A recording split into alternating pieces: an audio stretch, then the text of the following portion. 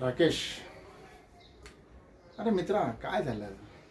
6 महिने झाले यार, तू अजून घर भाडं नाही दिलं मला. मी काय सारखी चक्कर मारत राहायचे का?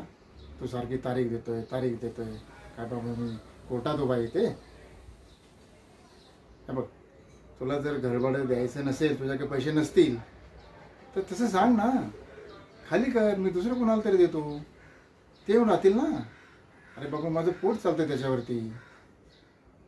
काय मला काही काम धंदा नाही सारखं यायचं तुझ्याकडे घर बाहेर मागायचं. नाही तर काय मी येऊन टाळकुटत बसू? तू म्हणायचं नंतर देतो नाही. आता ते मला नाही जमणार बाबा, तुला घर भाडं द्यावंच लागेल. मी आहे ना, तुला आज संध्याकाळपर्यंतची मुदत देतो. तू मला घर भाडं दे, नाहीतर मग रूम खाली कर. हां, तू जर संध्याकाळपर्यंत घर भाडं जर नाही दिलं तर मग मी माझी माणसं घेऊन येईल उद्या आणि तुझं सामान फेकून देईन बाहेर.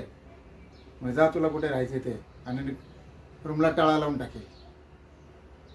काय, माझ्याकडे दुसरा पर्याय नाही ना. तू ठरव काय करायचं ते. संध्याकाळपर्यंतची मुदत आहे तुझ्याकडे, ठीक आहे?